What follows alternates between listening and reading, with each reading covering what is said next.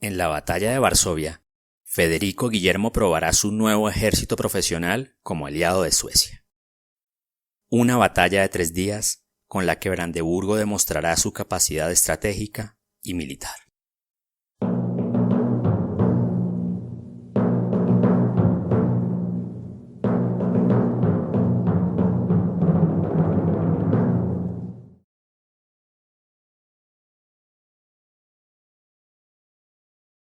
Después de los grandes avances que Carlos X Gustavo había realizado en su invasión a Polonia, el rey sueco se había visto en la obligación de replegarse tras haber sido rodeado por las tropas de Juan Casimiro en marzo de 1656.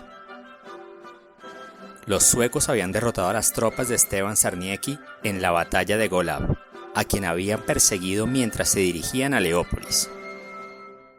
Esta fue la última victoria de los suecos hasta la entrada de Brandeburgo a la guerra. Desde este momento, el ejército sueco solo se encontró con una serie de derrotas que impactaron fuertemente el desarrollo de su campaña. Su primer obstáculo fue Zamość. Carlos Gustavo llegó a la entrada de la ciudad en donde le exigió a Juan II Zamoyski su rendición. Zamoyski, quien contaba con una gran ventaja defensiva debido a las modernas fortificaciones de la ciudad y que recientemente se había aliado con Juan Casimiro II, se negó a rendirse y a entregar la ciudad. Carlos X Gustavo se encontró entonces en una encrucijada tras la negativa de Zamoyski, ya que daba por hecho su rendición.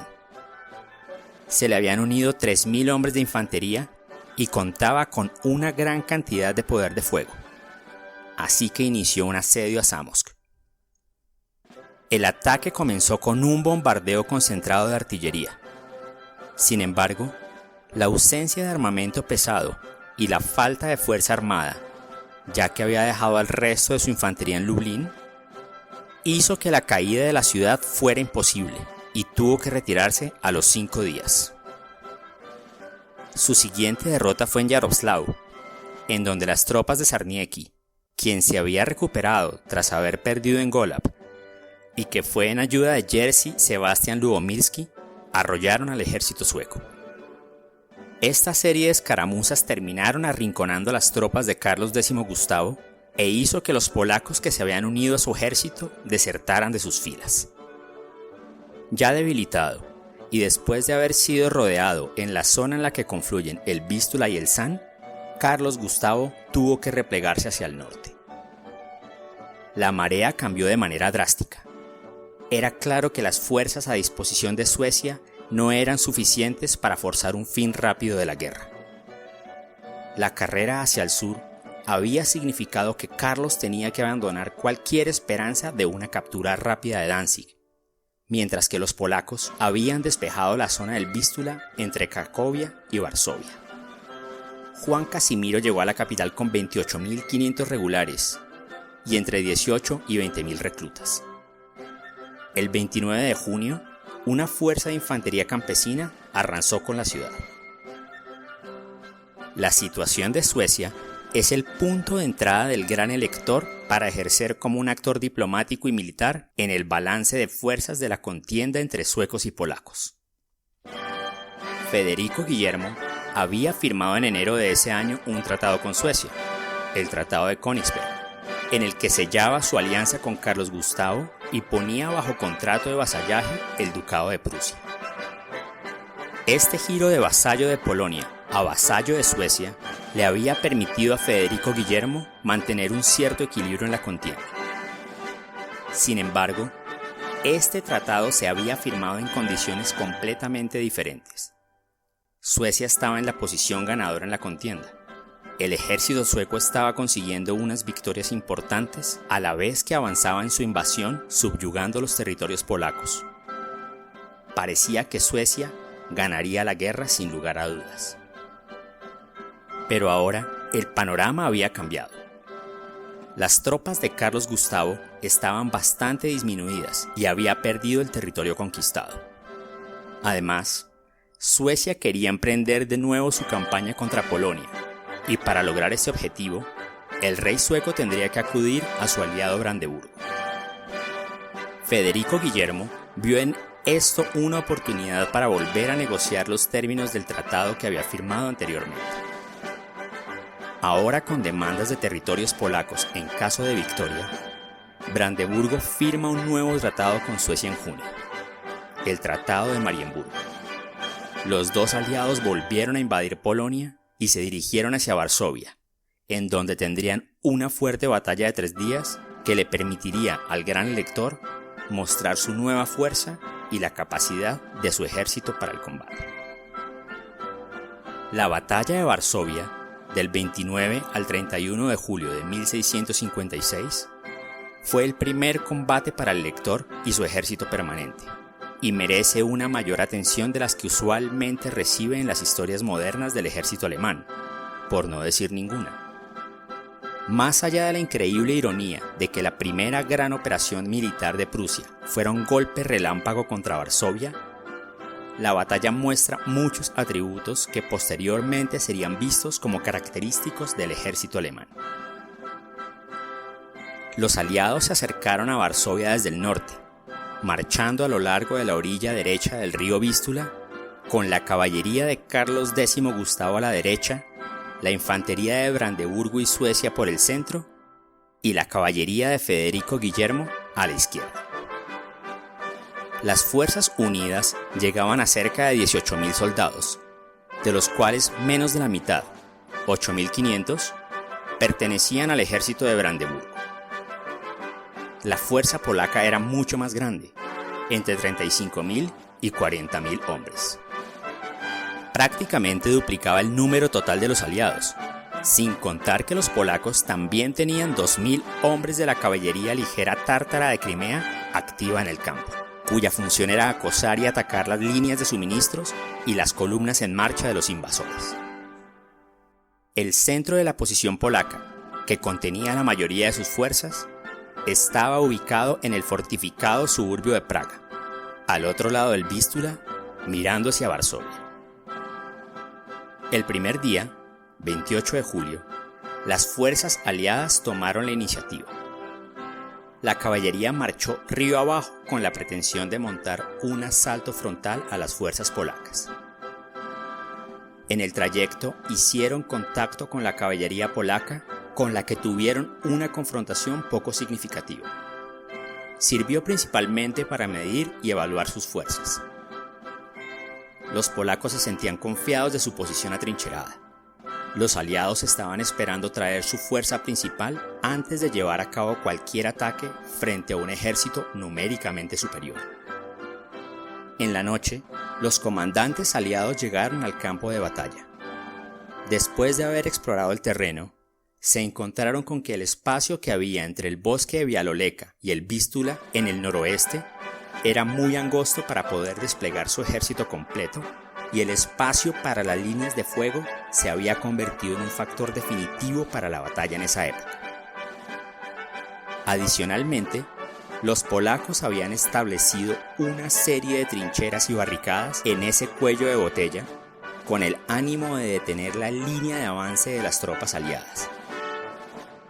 Aunque las tropas polacas no se comparaban con la de los aliados en términos de armamento, entrenamiento y disciplina, la posición que habían establecido en ese espacio era fácilmente defendible por pocos hombres durante bastante tiempo.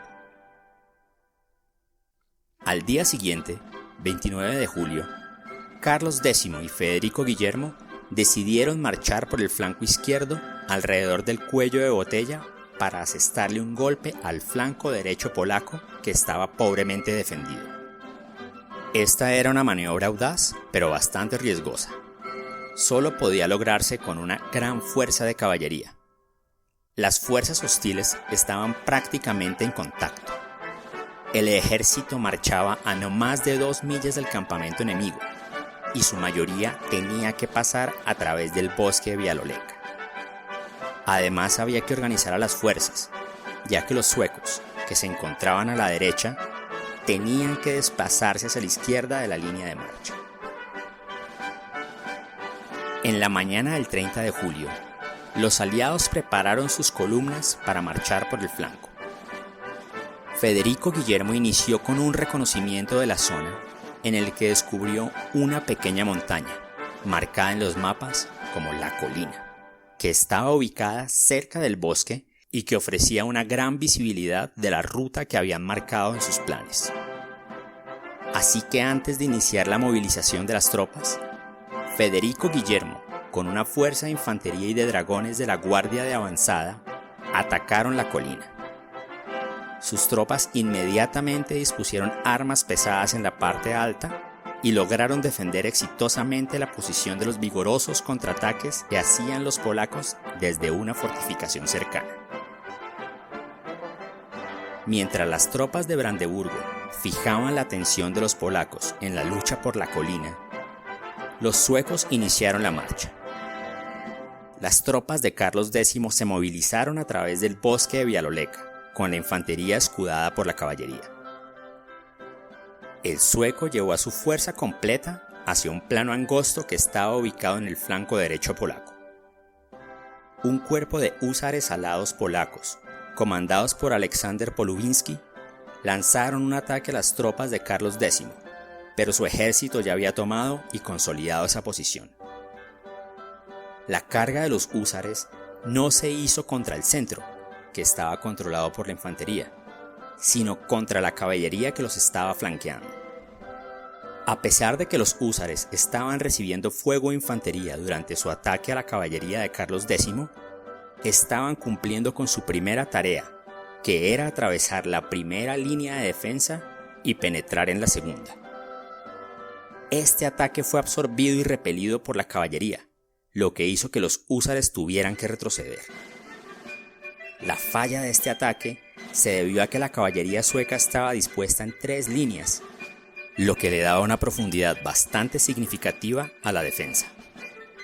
Adicionalmente, Federico Guillermo había enviado parte de su propia caballería para apoyar a la de Carlos X. El problema de los polacos también radicó en que el ataque no fue continuo. Juan Casimiro contaba con pocas unidades de caballería.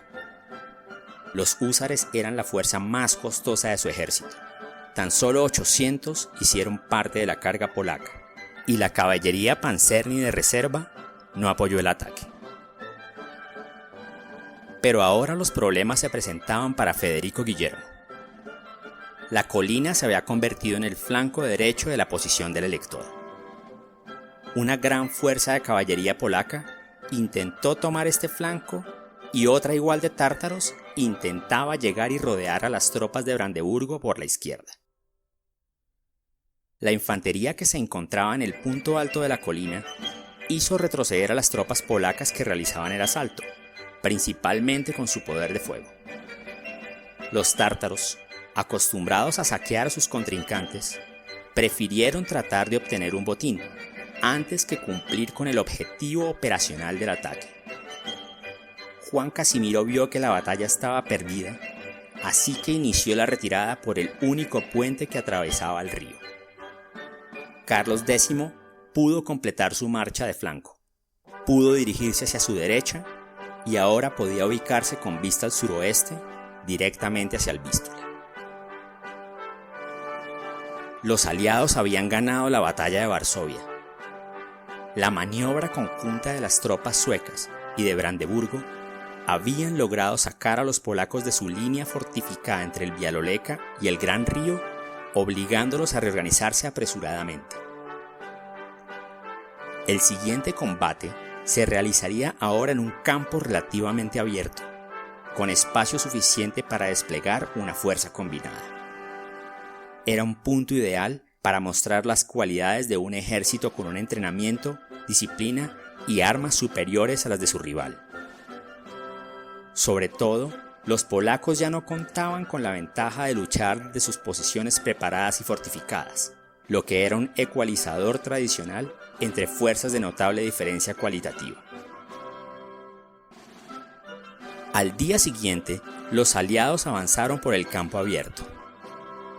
Así como la caballería de la mancomunidad huía por el norte y por el sur del río Vístula, Juan II Casimiro abandonaba su capital por segunda vez en menos de un año.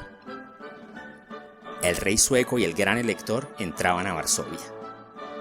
Las pérdidas habían sido considerables para los dos bandos, aproximadamente 700 hombres de los aliados y varios miles de los polacos. La batalla de Varsovia fue la primera vez en que el joven ejército de Brandeburgo se había puesto a prueba y la había pasado con distinciones. El biógrafo de Federico Guillermo del siglo XIX, Martin Philipson, dio un interesante veredicto de la batalla. La fama de Prusia en la guerra comienza con Varsovia. Esta batalla fue la primera hoja en la rica corona de laureles del ejército de Brandeburgo-Prusia. El nuevo ejército había luchado de igual a igual con los suecos, un ejército que aún tenía la reputación de ser el mejor de Europa y, en efecto, probablemente los había sobrepasado. Los hombres de Federico Guillermo habían asaltado la colina para mantener el gran flanco en marcha. Socorrieron a los suecos en varias ocasiones durante la batalla y llevaron a cabo el ataque decisivo y final contra la principal posición defensiva polaca.